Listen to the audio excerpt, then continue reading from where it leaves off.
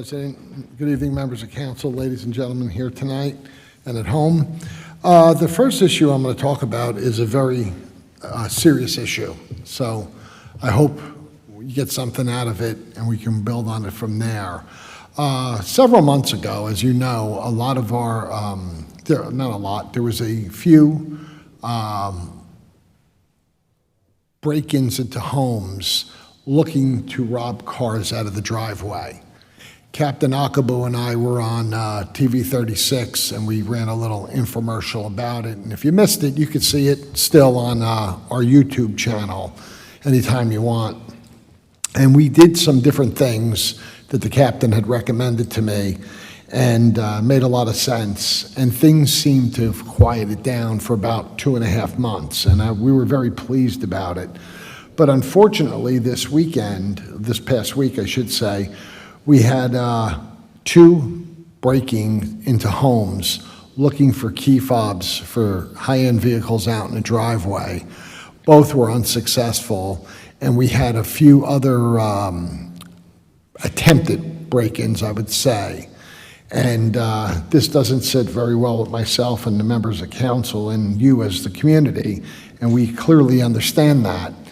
I met with the Clark Police Department and lieutenant from the prosecutor's office for about 2 hours on Friday. Today we had a command staff meeting with the captain, the chief of the prosecutor's office, myself, and the BA on what we can do and what we're going to try to do. And some of it I'll leave as for our information. And I just want to share a couple of things with you. Clark, and I've been here my whole life, is a very sleepy, quiet community. Over the years, that's what it's basically been. Unfortunately, times are starting to change. And this is a county to statewide problem that's happening, not just here in Clark. In actuality, to some of the Union County towns, we're in a better spot than they are. But one is too many, as we all can agree to. Two of the homes that were attempted to be broken into this weekend had the same thing in common. They both had burglar alarms, and neither one of them had them on at night when they went to sleep.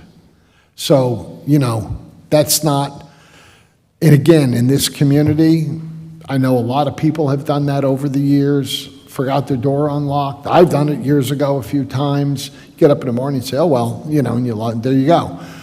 But we need to try to combat this, not only on a professional level with our police department and county assistants, but on a personal level.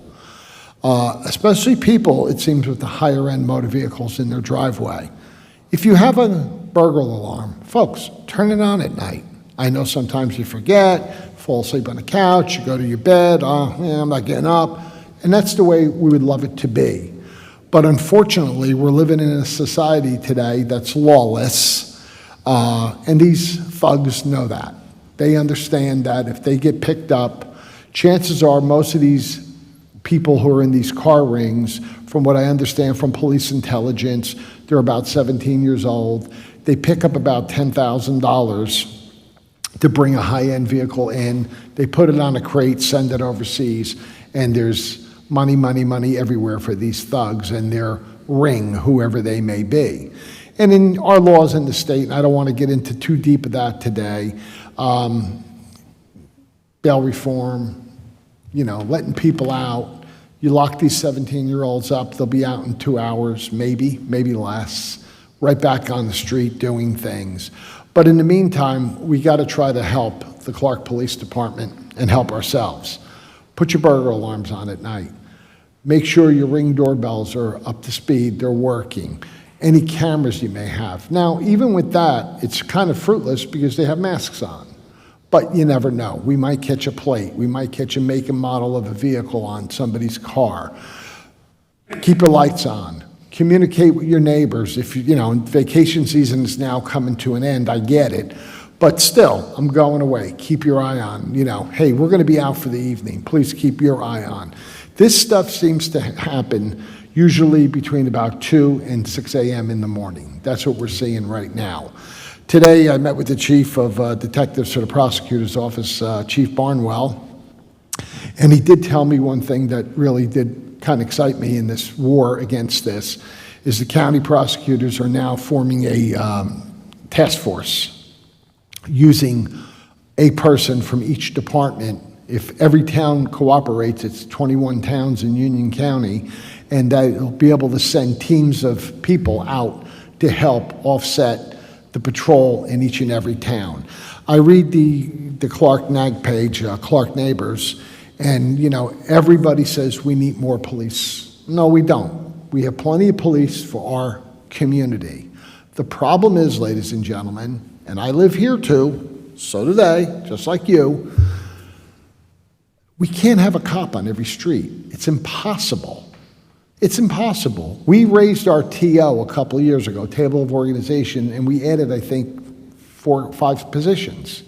So we did that with the anticipation of the new apartments possibly being built, more people coming into the town, more calls for service. Certain laws have changed in the state where if you have a domestic violence, that could tie up 3 police officers on one shift. If you have a DUI, that could tie up 2. It's prolonged in the paperwork and in the reporting, the things that an officer has to do. But in the meantime, by thinking the town can have a police officer on every street, it's impossible. There isn't a town in this country that has that or will have that. We have to try to do what we can do with the good resources we have. We have funded the police. We didn't defund them. We funded them over the years. The thing is, if you just take this for a moment, if you're sitting, you're in bed at night, and Jim and I are going to go out and do this to you. Jimmy drops me off in front of your house. I go down the side of your yard into your backyard. 2 minutes later, a police car comes down the street on typical patrol. How's he going to see the guy in the backyard? In my 23 years as mayor, and I could probably say almost to every time, a burglar was caught in this town, be it today or 23 years and everything in between, was when somebody called up and said, "Hi, I live at this address. I see someone crawling into my neighbor's window." Then we're very successful. The police come, cars on both sides of the street, backyards, they're coming through. We've nabbed house burglars doing that over the years. So to think that, the first thing when I heard this the other day, I asked Captain Akabu to pull all the GPSs for the vehicle, global position satellites, on every car we put in here, because I wanted to make sure they were out moving and not parked somewhere. The captain put every report under my nose, and our men and women of our department were out moving. They were not hiding behind a building, taking a siesta. Wasn't happening. They've been out there. We've asked them now again to interact with the cruise lights. My mother said to me last night at 1:30 in the morning, she saw a police car go by with the light on. And I said, well, it was an emergency. They're out patrolling. And many of you on your Ring doorbells will be able to see that if they're set far enough to see these patrol cars going by. So we are taking this very seriously. And why not? We all live here, correct? So it can happen to me, it can happen to you. It happened to my brother a couple of months ago. The other night, one of the invasions of one of my closest friends. So, as a mayor, I'm not here to worry about my family and my friends. We're here to worry about everybody, and that's what we do. And today, the meeting we had, again, probably one of the brightest spots that came out of it is there's right now a lot of interaction with the New Jersey State Police, with the Union County Prosecutor's Office, disseminating down to our local municipalities. We have plate readers throughout this town that you don't even know where they are. They're up on the parkway, not ours, but the state. They're in certain areas of our town.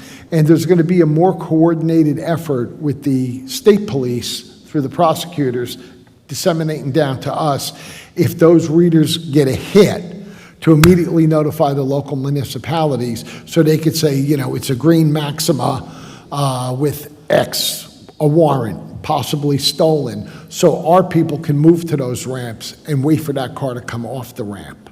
So there's things like that in the works, other things that we're not willing to speak about right now at this time for obvious reasons. We don't want everyone to know.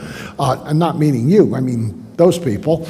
You have to trust in me, you have to trust in us, and you have to trust in our department. They are out there giving an effort, that I can promise you. I was on the phone last night with Lieutenant Santos from the prosecutor's office at 9 o'clock last night on a Sunday evening.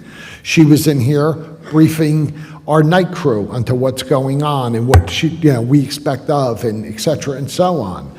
So there are efforts being made. I mean, I've been in 4-hour meetings the last Friday and Monday talking about this and trying to come up with anything we can think of to help all of us out here in the community. So keep your eyes open, put your alarms on, communicate with your neighbors. Anything you think of, if you hear something, please, I didn't want to bother you, bother them. That's what they're paid for, bother them. The Clark Police do not have a problem with you calling them and asking them to get a car out there immediately. You know, we deal with barking dog complaints right up to this kind of stuff and everything in between, so it certainly isn't a bother when there's a problem and they want to come out and see if they can remedy by that with an arrest. And to be very honest with you, I don't know if I should even... Sorry? No, just a cough. Oh, okay. To even be a little bit more candid, maybe I shouldn't. One of the houses they hit this night, the gentleman is one of the undersheriffs in Union County, law enforcement. So, I mean, it's willy-nilly. They don't know where they're going or what they're doing. And I think they were probably lucky that he didn't hear them in his home, because what I know, police officers carry weapons. We have a statewide problem. This is going on all over. It's going on in every town you could possibly think of, especially those that are more affluent with the higher end vehicles and that kind of thing. And it's something that the legislature has to start enacting laws. Like if you break into someone's home, in their home, it's an automatic 1 or 2 years in jail. Like the gun thing. No bail, no parole, bingo. You go to court, go to jail, you're done. Then it's going to make it a little bit different. These kids, from what we're understanding through law enforcement intelligence, are around 17 years old, 16, 17 years old out doing this stuff. They're working for a ring. They're not just two kids on the street corner saying, let's go to Clark tonight and heist the car. And they're coming into the homes. Thank God we haven't had nothing more than them nosing around trying to take a key fob. But we need everybody on board to pay attention, set your alarms, be active, keep your eyes open. I know most of us are sleeping in the middle of the night. I get it. You hear your dog barking, get up and take a look. Don't yell, shut up down the steps and throw a slipper at the poor thing. Get up and go see. It could be something. So we got to start acting a little bit differently. I know on behalf of myself and the council and the police department, we're apologizing for what's going on. We're working on it. We're on top of this. This is the #1 issue on the burner right now, and it's going to continue to be until we can get some headway here, or within some of the other municipalities through the help of the state police, ATTF, county prosecutors, and local municipalities, they can grab this ring and put an end to it. So that's for this evening.